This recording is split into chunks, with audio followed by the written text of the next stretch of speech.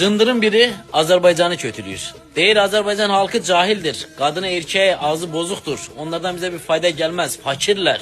Azerbaycan halkını hiç sevmem. 1. Küfürbazlardır. Kadının da erkeğin de ağzı bozuktur. 2. Eğitimsizlerdir. Dünyadan hiçbir haberleri yoktur. 3. Fakirlerdir. Dünyaya hiçbir değer katamazlar.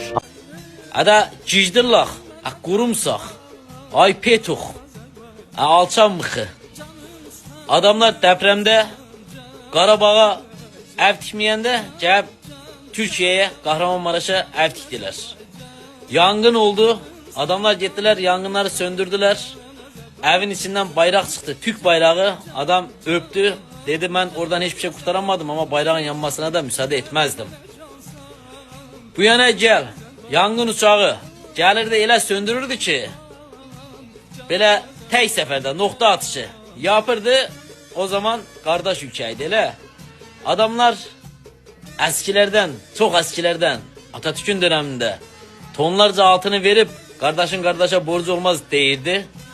Onlar bizden helikopter isteyende bizimkiler yönetim tehlikeli diye vermirdi. Daha ne kadar şey var sayayım el çekinde. Niye bizi birbirimize düşürürsünüz? Ben Iğdırlıyım, Azerbaycan Türkiyem. Ama Azerbaycanlıya da laf edene ayağımı sokarım. Allah hakkı.